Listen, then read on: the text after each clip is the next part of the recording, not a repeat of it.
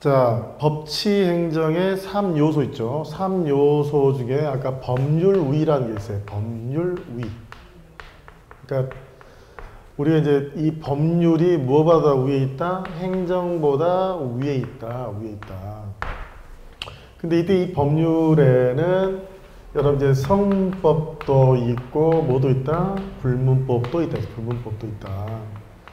우리가 법률위, 법률이 행정이 법률을 어겨서는 안 된다 그러는데 그 법률에는 어떤 것들이 있는지를 알아야 돼요. 그게 바로 뭐냐면 법원이에요. 법원.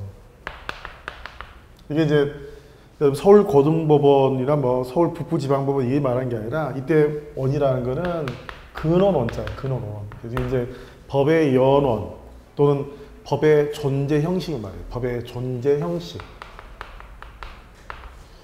법은 문자의 형태인 성문법의 형태로도 존속하고요. 그 다음에 이 불문법의 형태로도 존속을 하는 거예요. 하는 거. 성문법도 지키고 뭐도 지켜야 된다? 불문법도 지켜야 된다. 87페이지에 있는 거는 먼저 성문법원에 대해서 써져 있는 것이고 넘겨보시면 88페이지에 이제 불문법원이 있어요. 불문법원이. 불문법원에서 논의가 되는 것으로 관습법과 판례법과 오른쪽에 조리가 있어요. 조리가. 조리를 우리가 다른 말로 행정법의 일반 원칙이라고도 합니다. 그리고 실질적으로 행정법의 일반 원칙이 중요해요. 행정법의 일반 원칙. 그래서 89페이지에 비례의 원칙, 평등의 원칙, 자기 구속의 원리, 신뢰의 원칙, 부당결부 원칙, 신의성실의 원칙 이런 것들이 이제 조리입니다. 조리.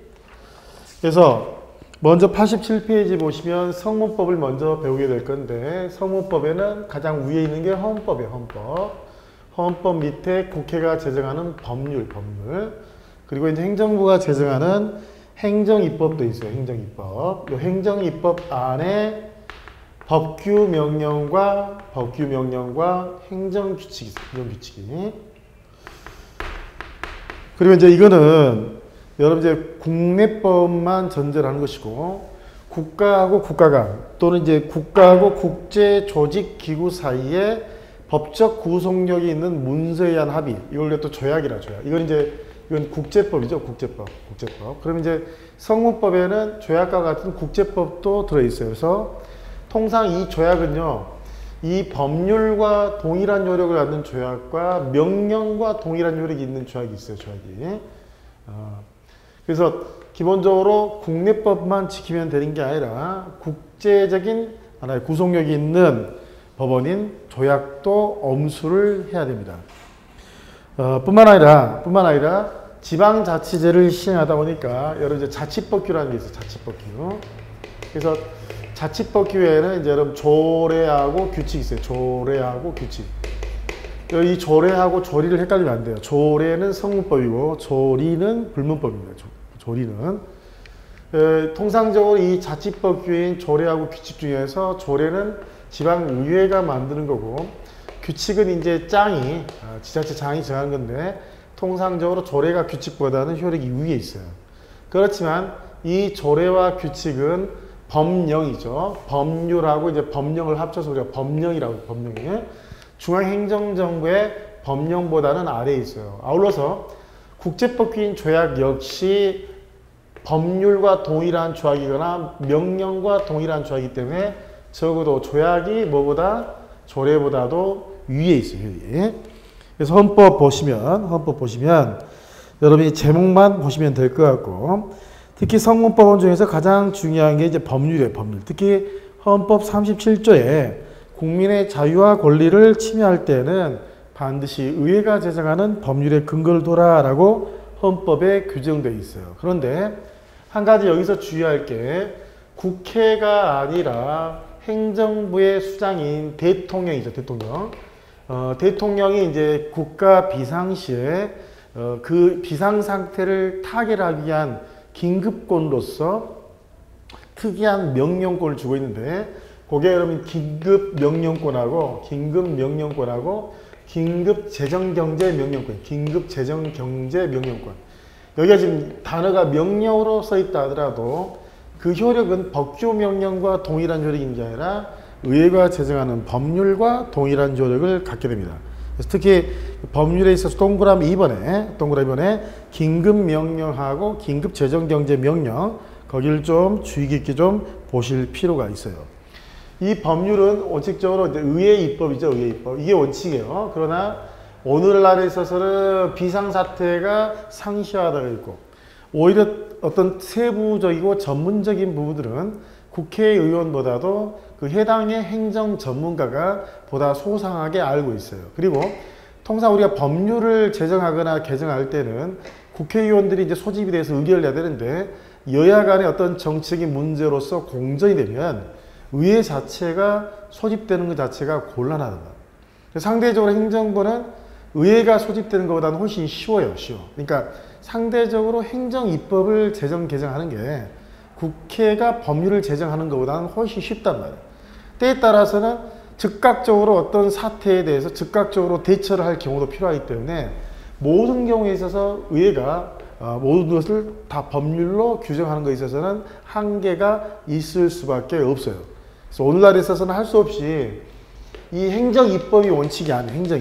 의회 입법이 원칙이지만 여러 가지 이유로 인해서 현실적으로 행정 입법을 허용합니다.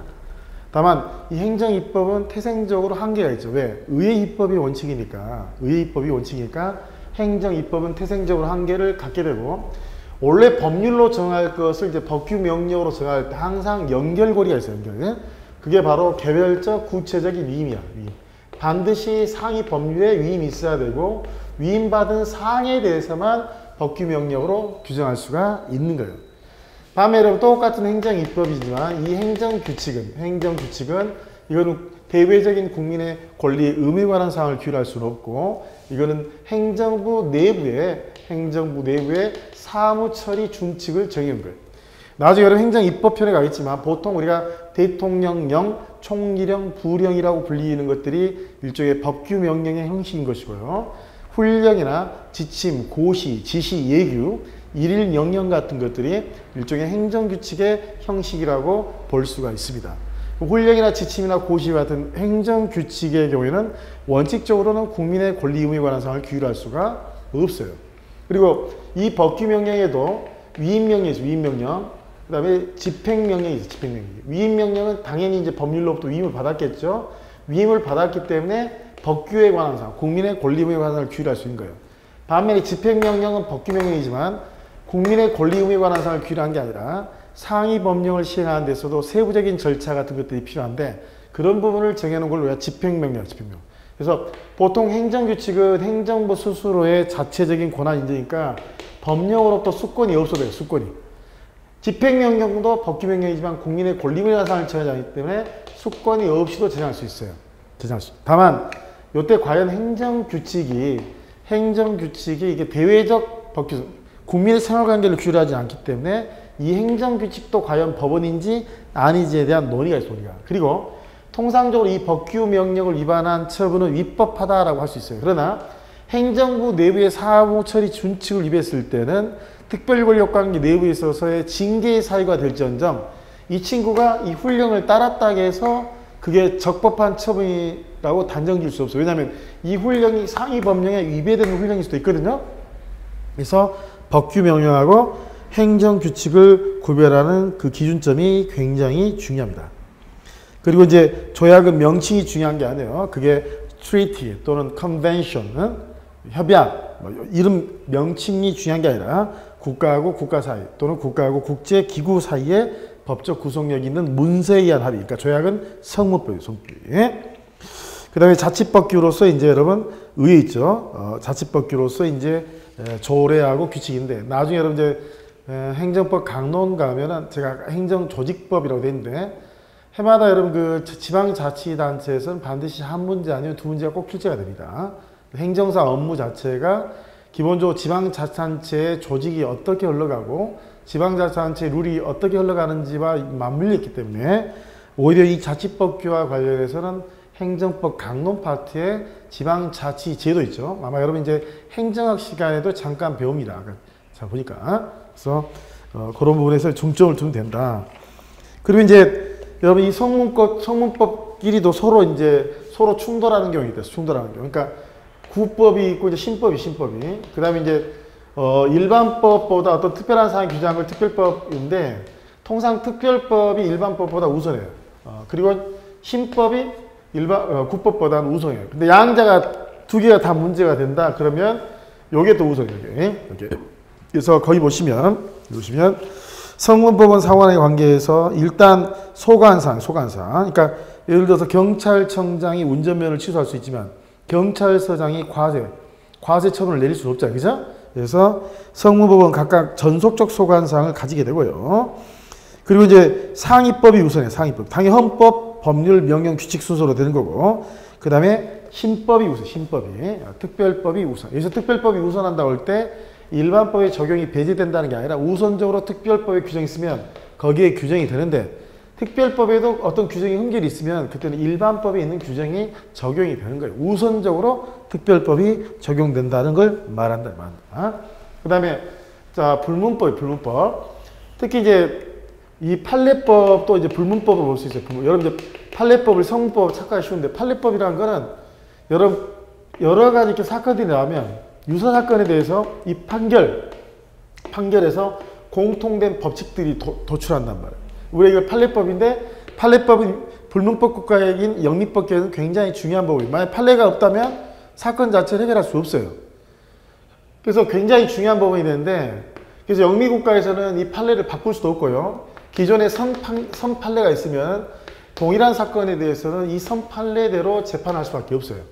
그러니까 선례 구속성의 원칙이 확립되어 있기 때문에 영미국가에 있어서는 판례법의 법원성을 인정하는데 우리는요 얼마든지 또 대법원 전원합의체의 의결을 통해서 기존에 있는 판례를 바꿀 수 있어요. 그리고 하급심법원의 판사가 대법원의 판례하고 다른 결정을 할 수도 있어요. 그러니까 우리나라의 경우에는 선례 구속성의 원칙이 확립되어 있지가 않아요. 다만 이제 판례를 변경하는 건 쉽지는 않지만 그래서 먼저 판례가 돼 있는데 통상 그 대륙법계 같은 우리나라의 경우에는 이 판례의 법원성은 인정되지 않는다. 뭐 그 점을 좀 취하면 판례법은 법원이 아닙니다. 물론 사실상 구속력은 있지만 법적 구속력이 없으니까. 다만 요즘 주의할 게 이제 대법원의 판결은 이제 그 법원이 아니지만 우리가 헌법재판소 있죠. 헌법재판소가 내리는 결정 중에 이제 합헌 결정도 있고 위헌 결정도 있고 변형 결정인데 헌법재판소 제47조의 위헌 결정, 헌법재판소의 위헌 결정은 모든 국가기관을 기속한다라는 조문이 있거든요. 그래서 헌법재판소의 결정 중에서 위헌 결정은 이제 법원이에요, 법원. 그래서 그 정도 간단히 보면 되고요. 실질적으로 우리나라에서는 이제 그 법원으로 불문법에서 중요한 건 이제 관습법하고 이제 조례가 조례나가 성문법, 이거는 이제 불문법. 이건 이제 통상 상식이라고 생각합니다. 일방 통념.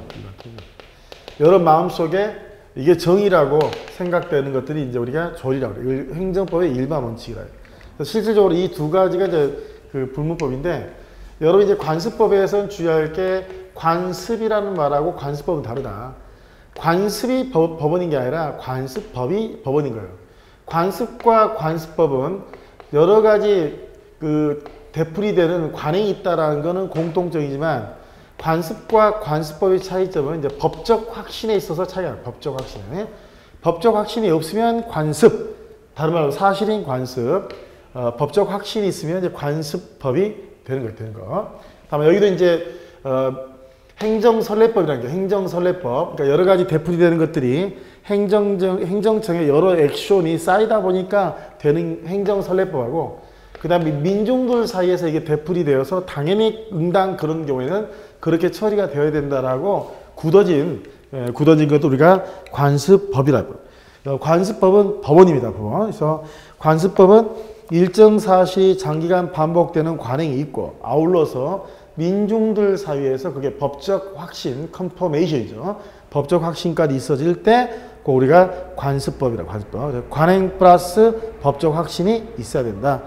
당연히 법원성이 인정이 되는데, 어디까지나 이제 성문법하고 불문법이면 성문법이 우선하니까, 이 불문법인 관습법이 성문법을 개폐한다라는 뜻이 아니라, 원칙적으로 성문법을 적용해서 생각하는 게 맞는데, 성문법의 그 부분에 대해서 흠결이 있었을 때 이 불문법인 관습법으로 이걸 completion, 보충적으로만 효력이 있다는 의미지, 법원성이 인정된다고 해서 개폐적 효력까지 인정한다는 의미는 아니다. 그래서 그 종류에는 행정선례법하고 이제 민중적 관습법인데, 특히 행정선례법과 관련해서는 행정절차법 제4조하고 국세기본법 제18조에 규정이 있다. 사실은 이제 이게 관습법에 대해서 규정이 없어도 불문법은 당연히 법원이에요, 법원. 근데 불문법임에도 불구하고 실정법에 규정이 있다는 거예요. 다만 실정법에 규정이 있으니까 법원이 되는 게 아니라 이미 법원인데 보다 명확하게 규정이 되어 있을 뿐인 거죠.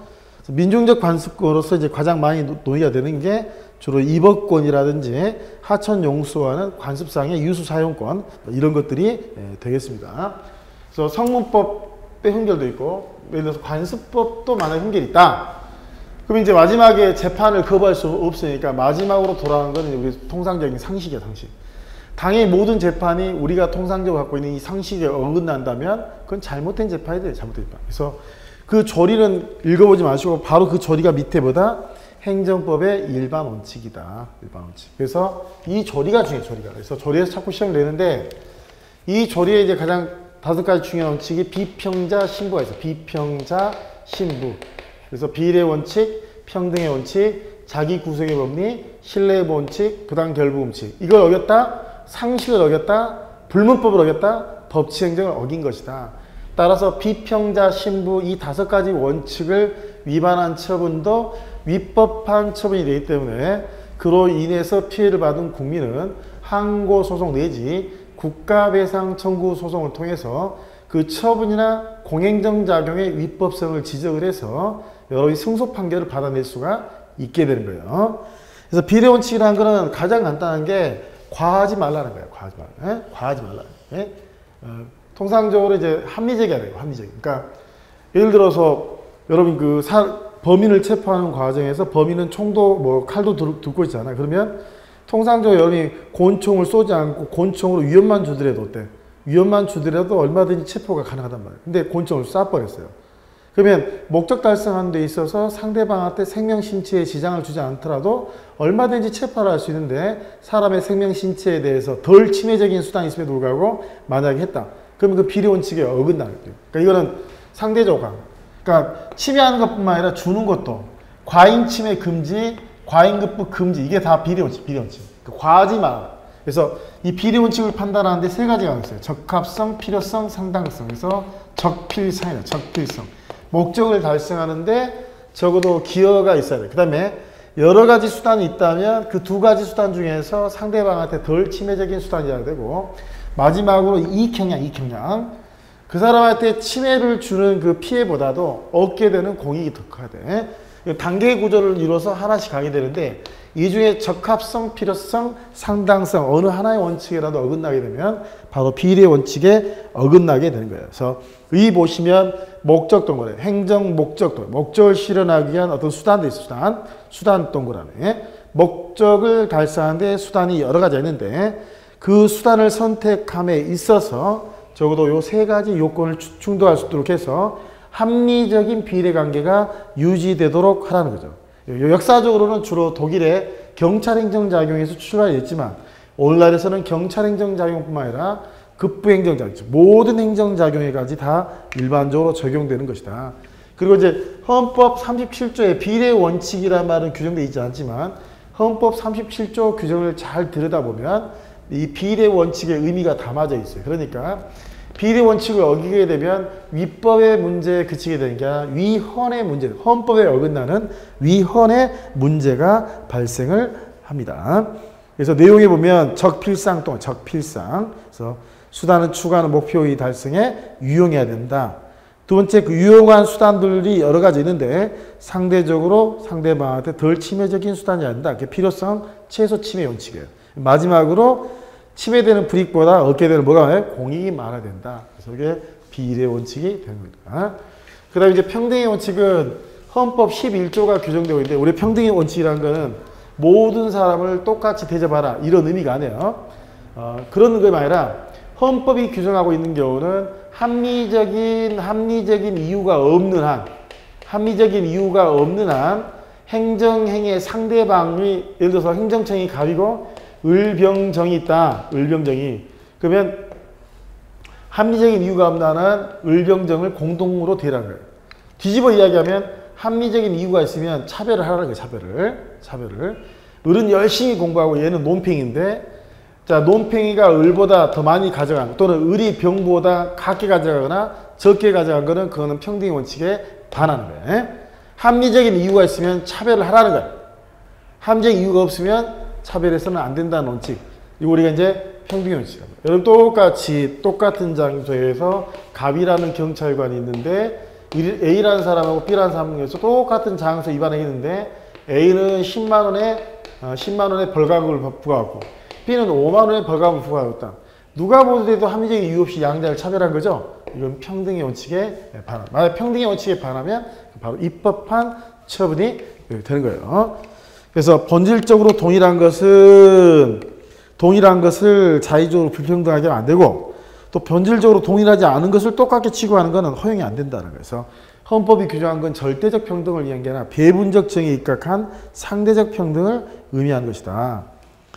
그 다음에 이제 넘겨오시면 여러분이 그 자기구속의 법리라는 걸 좀 이해하기가 어려울 수 있는데, 이게 나중에 이제 행정규칙 부분을 보는데, 여러분 이제 이 행정규칙은 수권을 받지 않고 행정부 스스로 만든 규칙이고, 통상적으로는 법치행정이 적용되다 보니까 통상 입법자가 법률이나 법규명령을 만들면 이러한 규범들이 행정을 구속해요. 그러니까 통상적으로 행정은 타자구속이에요. 타자구속. 입법부에 의해서 구속을 당해요.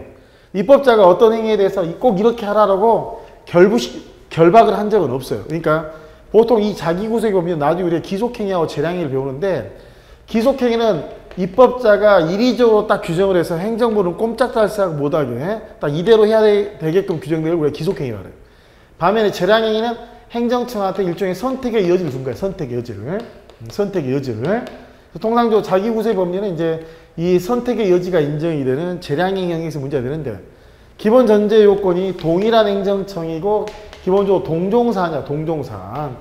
근데 동일한 행정청이 동종사안에 대해서 전에 한 결정이 있었어. 선례가 있다면 특별한 사정이 없으면 이 선례대로 그 후속행위에, 똑같은 후속행위에 대해서 선례대로 취급을 하라는 거예요. 똑같은 장소에서 A라는 사람하고 B라는 사람이 불법 유턴 좌회전을 했는데, A는 법상으로는 6개월 이하의 면허 정지라고 규정돼, 운전면허 정지라고 규정되는데, A는 6개월을 때리고 B는 3개월 면허 정지를 때린다면 기본적으로 평등의 원칙에 반한다라고 할 수 있지만, B 입장에서는 예를 들어서 A가 3개월이고 B가 6개월, B 입장에서 나도 A하고 똑같이 동일한 위반을 했으니까 선례대로 나도 3개월의 운전면허 정지 해달라고 요구할 수 있다라는 거예요. 요구할 수 있다. 그럼 행정청은 입법자가 뭐라고 강요한 건 아니지만 본인 스스로 어떤 선례에 대해서 액션을 취했다면 똑같은 사안의 타방 당사자에도 취했던 그대로 똑같이 처분할 구속을 당한다는 구속을. 그럼 여러분 때에 따라서 이게 이제 이게 주먹구구식으로 왔다 갔다 할 수 있으니까 내부 사무 처리 규칙으로 일종의 특히 이제 재량준칙이 있어요. 재량준칙. 재량준칙은 기본적으로 행정처한테 재량권이 주어진데 마음대로 하다 보면 행정의 통일성이 깨지게 되고 대국민적 관계에서 충돌이 벌일 수가 있기 때문에 내부적으로 사무처리 준칙으로서 일종의 재량준칙을 규정해 놓는단 말이에요. 그리고 이 규정대로 만약에 선례를 취급했다. 그러면 행정청 스스로 만들어낸 이 재량준칙대로 후속 처분에 있어서도 그대로 처분을 하게 될 구속을 받는다는 원리. 이거 우리가 통상 이제 자기 구속의 범위인데 나중에 행정규칙을 보면 좀 이해하는데, 이게 이제 행정규칙하고 법규명령 사이에서 행정규칙은 대외적 구성력이 없어요. 대내적 구성력밖에 없단 말이에요. 법규명령은 대외적 구성력이 있어요. 그러니까 행정규칙 예를 들어 재량규칙은 행정규칙인데 행정규칙인 재량규칙 스스로는 대외적 구성력이 없어요. 그러나 비평자 신분은 불문법으로서 당연히 대외적 구성력이 있거든요. 그럼 이 행정법상의 일반 원칙을 어기게 되면 이걸 매개로 해서 대외규칙이 없는 행정규칙이 마치 대외적 구성력이 있는 것처럼 법규명령으로 전환된다라고 해서 나중에 전환규범 내지 준법규란 말이 나오는데, 이게 바로 행정의 자기구속의 법리하고 굉장히 밀접한 연관이 있어요. 그래서 의 보시면 동종사안, 동일한 사안에서 제3자에게 한 선례가 있다면 그와 똑같은 결정을 상대방에게 하도록 행정청 스스로 구속받는다는 원칙, 이걸 우리가 행정의 자기 구속에 원리라고 해요. 그래서 마치 내부적인 행정규칙을 대외적 구속력 있는 법규명령처럼 전환시킨다 해서 우리에게 전환법린 또는 매개규범, 준법규 이런 말들을 쓰게 됩니다. 그리고 만약에 이제 이 자기 구속의 법리를 위배하게 되면 위법하게 되니까 취소 소송을 제기할 수 있어요. 특히 금과 관련해서 이 판례가 이 헌법재판소 판례나 대원 판례나 이 자기 구속의 법리를 받아들여요. 그리고 그 논거로서 신뢰 원칙이라든지 평등의 원칙을 끌어들입니다. 그리고 이 자기 구속의 법리가 적용되는데 전제 요건이 중요한 건데 동일한 행정청, 동종사안, 올날에 있어서는 선례가 반드시 필요합니다. 그 다음에 기속행위가 아니라 무슨 행위? 재량행위 영역에서만 자기 구속의 법리가 문제가 된다. 그리고 이제 신의성실의 원칙이 이제 좀 어렵죠. 그래서 1회 시험에서는 부당결부 금지 원칙이 시험이다. 부당결부 금지. 예? 부당결부. 금전도에는 신뢰보호 원칙이 하나 나왔는데. 그래서 개인 A하고 B뿐만 아니라 국가 갑하고 예를 들어 C와 사이에도 개인과 개인에도 어때? 서로 A가 B한테 믿음을 줬다면 A는 B의 믿음을 지켜줘야 돼요. 국가도 마찬가지로 국민한테 일정한 행위를 할 것처럼 선행조치죠. 이건 이제 판례는 공적 견해표현인데 선행조치를 했고 이 국민은 이 선행조치대로 후속조치를 해준 것을 믿어요. 믿음이 있어요. 그리고 C가 갑을 기망했거나 또는 유도해서 이러한 믿음을 도출한 게 아니라 귀책사유가 없어. 귀책사유가 없어야 이제 보호가치가 있거든요. 선행행위가 있었고 당사자를 믿었고 당사자가 그 믿음을 얻는 과정에서 술수를 쓴 적이 없고 또 믿었기 때문에 뭔가 자본을 투자했다든지 뭔가를 했어요. 그런데 행정청이 선행조치하고는 정반대되는 조치를 취해버리면 이 C는 있죠. C는 이제 행정청으로서 배반을 당해요. 그러니까 이럴 때 쉽게 얘기하면 갑은 만약에 무슨 일을 하겠다 약속했다면 후속조치라고 해서 배반을 하지 말아요. 배반을. 이 배반하는 행정작용은 위법한 처분으로서 일반 국민들이 다툴 수 있게끔 돼요. 다만 또 주의할 게 여기서 한 가지 중요한 게 뭐냐면 중요한 거는 자 비록 선행조치가 있다 하더라도 이 선행조치하고 다른 조치를 취할 수도 있어요. 다만 어떨 때 오히려 반대되는 조치를 취하는 게 오히려 그 사람한테 다수 사람들한테 보탬이 될 때는 그럴 수가 있다는 거예요. 그래서 신뢰본칙은 행정청도 국민에 대해서 어떤 운동을 했다. 그러면 개인이 그걸 믿었다. 그러면 그걸 지켜달라. 그래서 특히 요건이 중요한데 행정청에 선행조치가 있다. 두 번째 보호가치 있는 사인의 신뢰가 있다. 믿고서 사인이 뭔가 처리를 했다. 그리고 그와 사이 인과관계가 있다. 그런데도 불구하고 선행조치에 반대되는 후행청을 하게 되면 그때는 신뢰본칙에 반한다. 다음 특히 이제 자세히는 할 수 없고요. 그 선행조치와 관련해서 여러분 공부할 것들이 많아요. 그래서 권력작용 말고 비권력작용과 같은 행정지도 또는 확약도 선행조치가 될 수 있고 명시적인 것뿐 아니라 묵시적, 소극적인 운동도 상대방한테 믿음을 줄 수 있기 때문에 그게 선행조치일 수도 있다. 그리고 꼭 적법한 행위뿐만 아니라 위법한 행위도 상대방은 적법인 위법이 오기 때문에 선행조치일 수도 있다. 구체적인 내용은 나중에 자세히 할 겁니다. 다만 이 신뢰본칙이 여러 군데에서 나오는데 뭐 실권의 범위라든지 나중에 행정의 취소 처리 제한이라든지 뭐 소급표 금지라든지 행정 계획 변경 청구 확약이라든지 여러 군데에서 나타난다는 걸 여러분 기억을 하시면 되겠습니다. 그리고 이제 그 신의성실의 원칙이 있는데 신뢰본칙하고 신의성실의 원칙은 같은 말이 아니에요. 이게 이제 민법에 규정되어 있지만 이 신의성실의 원칙은 민법뿐만 아니라 공법관계에도 이제 적용되는 건데 일부 소수 견해가 신뢰본칙의 이론적 근거를 이제 신의 측에서 끌어내는데 신의 측을 끌어내버리면 신뢰본칙과 신의성실의 원칙은 같은 말이 되겠지만 신뢰본칙의 이론적 근거는 법적 안정성에서 끌어낸다. 법적 안정성에서. 그래서 여기에 91페이지에 있는 신의성실의 원칙하고 신뢰본칙을 좀 연결지어서 생각할 것이 있다는 거예요. 그 다음 마지막에 이제 그 부당결부 금지 원칙, 부당결부. 그러니까 행정청이 주로 인허가를 내줄 때 인허가 내주면서 아무것도 걸지 않았는데 인허가 내주면서 상대방한테 반대급부를 거는 경우가 있단 말이에요. 근데 이 인허가하고 반대급부하고 만약에 실질적 연관성이 있는 걸 했다. 그럼 이거 부당결부가 아니라 부당결부가. 근데 전혀 상관도 없는데 인허가 내주면서도 나 돈 한 5천만 원 내놔. 이거는 실질적 관련성이 없는 반대급부를 통해서 일종의 행정청의 권한을 남용 행사하는 꼴이 돼요.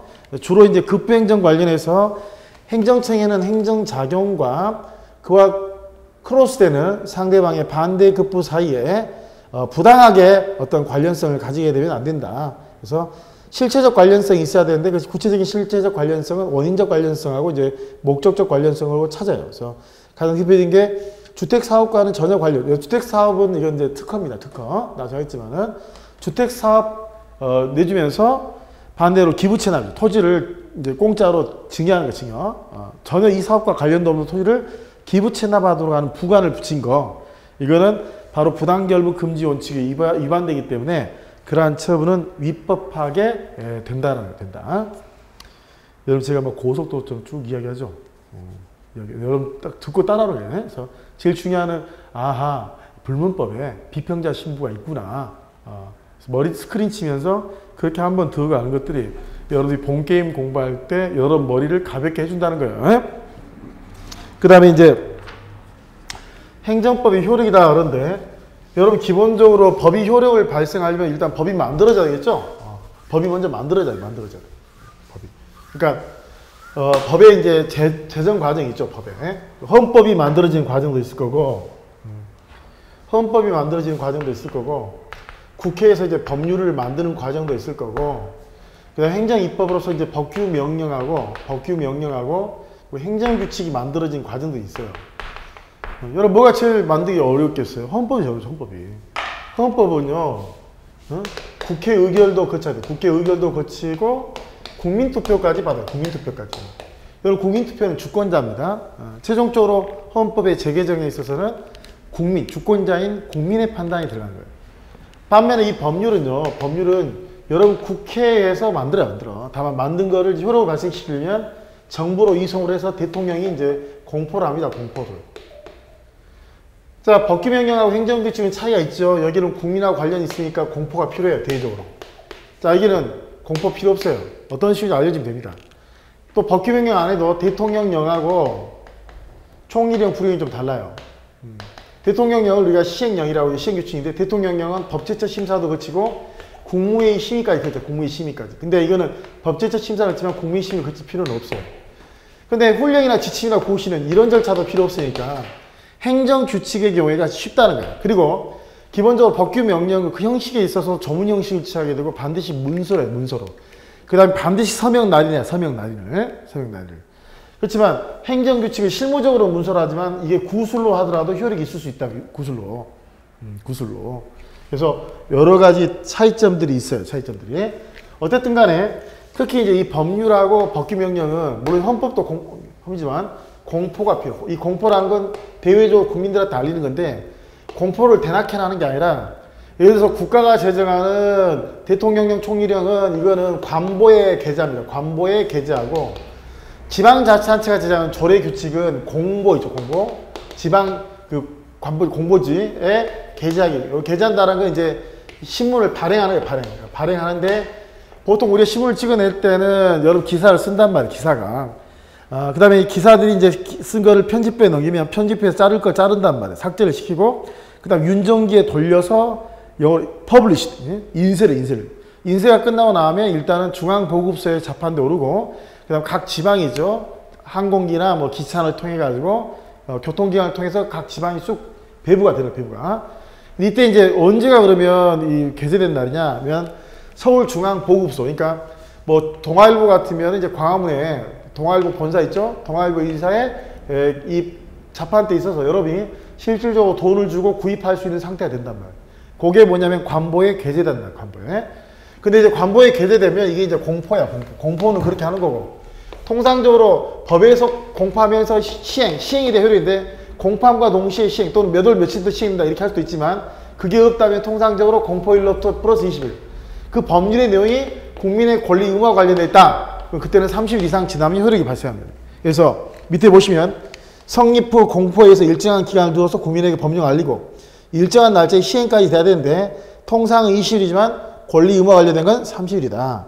그리고 자, 법령이나, 자, 뿐만 아니라 헌법 개정이나 조약은 관보예요. 네. 그리고 이제 원래 대통령이 공포해야 되는데 대통령이 법률안 거부권 행사하게 되면 다시 국회로 빠꾸다. 국회 본회의에서 가중정적설 의결하면 다시 넘기면 대통령이 5일 안에 공포하는데 대통령이 공포를 안 해요. 그러면 예외적으로 국회의장이 공포할 때 있는데 이때 국회의장이 이제 할 때는 관보가 아니라 서울시에서 발행한 이 일간심 이상의 하기면 돼요. 그리고 이제 시행일은 보통 이제 그 관보, 공보가 이제 게재된 날, 발행된 날 말인데, 요때 발행된 날의 의미는 최초 구독 가능 시점이 되는 거예요. 최초 구독 가능 시점. 그리고 이제 시간적으로도 원칙적으로 이 그 법이 이렇게 이제 만들 때 보통 이 법령을 만들면 입법예고를 해요. 입법예고를. 그래서 대통령 총리령은 보통 40일 이상, 자치법 기준은 20일 이상 이제 공고를 해요. 국민들한테도 대비를 하기 위해서. 개정 필요할 때 입법예고를 하는데, 입법 예고를 나와서 이제 이때 시행이 되죠, 시행. 그럼 시행된 다음에 그 이전의 사실에 대해서 적용되는 건 당연해요, 당연히. 근데 요 시행 이전의 사실에 대해서는 기존 법률이 있겠죠, 기존 법률. 그러니까 따라서 이 법률이 공포되고 시행되면 원칙적으로는 그 이후의 사실에 대해서 이 법이 적용되는 것이고 그 이전에 발생한 사실에 대해서는 적용 안 돼. 이걸 우리 이제 소급금지죠, 소급 적용 금지. 근데 이제 소급 적용인데 분명히 시작하는 시점은 이 시행일보다 그 이전인데 문제는 그 이전에 종결되면 이게 진정소위법이라고 그러고 그 이전에 했지만 지금까지도 쭉 진행되면 우리가 부진정소위법이라고 하는데 원칙적으로 이미 종결된 거는 부진정소위법은 허용이 안 돼요. 다만 부진정소위법도 워낙 그 사안 자체가 나쁜 경우에는 그때는 예외적으로 부진정소위법이 가능하지만 원칙적으로는 진정소위법 허용이 안 돼요. 다만 예외적으로 허용된다. 반면에 부진정소위법은 허용이 된다. 또 이와 관련해서 이렇게 변경된 게 유리하게 바뀔 수도 있고 불리하게 바뀔 수도 있는데 당사자에게 유리한 세법을 적용하는 것은 소급표 금지 원칙에 반할. 꼭 유리한 법을 적용하는 게 아니라 유리한 법을 적용하는 것은 소급표 금지 원칙에 반하는 건 아니다. 불리하게 바뀌었을 때는 세법을 적용하지 말아라는 게 특히 시간적 범위 관련해서 중요한 의미를 갖는단 말이에요. 넘겨오시면 불소급의 원칙이 있는데 이것도 일종의 신뢰 원칙과 관련되어 있다. 보통 입법 예고했을 때 국민들이 예고받지 못한 불리한 법의 적용을 받지 않아야 될 거. 이것도 신뢰 원칙이 안에 되어 있다.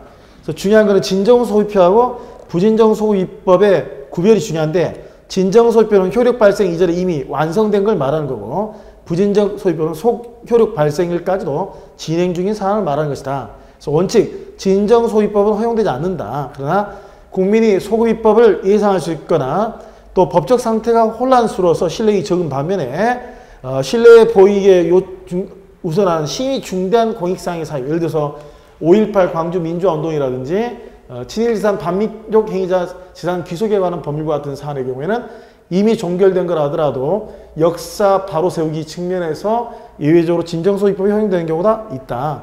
반면에 부진정소위법은 원칙적으로 허용이 되고 예외적으로 금지가 될 수도 있다. 그래서 시간적 효력이 제일 중요한 거고 그 다음 이제 우리가 속지주의, 속인주의 배우죠. 속인주의.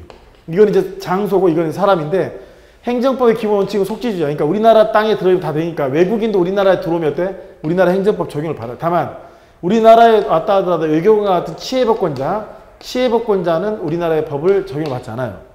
또 이제 그렇다 하더라도 해외에 나가 있는 우리나라 국민은 행정법이 아니에요. 속인주의가 보충적으로 적용되니까 외국에 나가 있는 우리 국민한테도 행정법이 적용이 된다.